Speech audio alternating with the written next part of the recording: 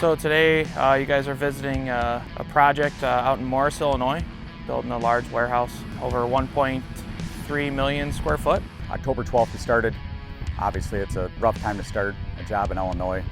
So we've been working 12-hour days, working weekends, pushing just to beat the weather. We're moving a little over 500,000 yards of dirt here. And there's over 300,000 yards of structural excavation to fill to get the pad up to subgrade.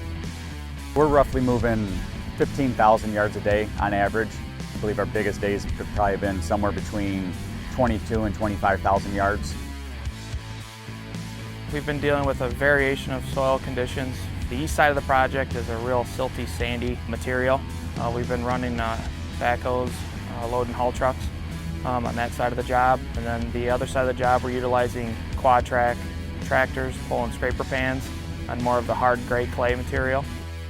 With the off-road trucks, it gives us the opportunity to get into the barrel where the quad tracks or any kind of scraper wouldn't be able to get through the material that we're digging into since we're going into the water table. All the material on this project is getting treated chemically. The silty, sandy material has a really high moisture content, and in order to compact it in the condensed schedule we're working here in, we have to chemically treat it in order to dry down the material so that way it's able to be compacted in a timely fashion. We're utilizing all GPS technology on all of our dozers, and then we're using base station rover setups for our guys on the ground. GPS is critical as far as balancing, just doing topos and staying on top of quantities. Just to stay on top of quantities, original grades, after stripping, quantity surveys. We're performing several large borrow pits on this project in order to force borrow clay to lose excess topsoil so the owner's not left with a monster pile of topsoil at the project's end. And when we're moving this kind of yardage a day, it's extremely important to know, how deep are we going with our borrow pit and how much we need to borrow for. That way we don't get stuck later with either had borrowed too much and can't fill up a hole, or had borrowed enough and we need to reopen a hole.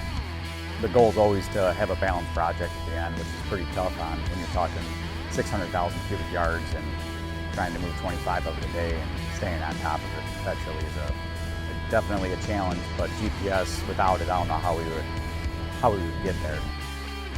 So we were chosen for this project mainly just because of our ability to perform in a tight schedule. We were just getting off of two larger projects and we were able to really focus a lot of our attention, a lot of units, a lot of employees to this project in order to get this thing done. The team out here is just doing a fantastic job. These guys are really giving it their all here for our final fall push. I can't say enough about how hard they're working here, safely, efficiently, showing up tired, but still putting in a hard day's work. So really hats off to the whole group here.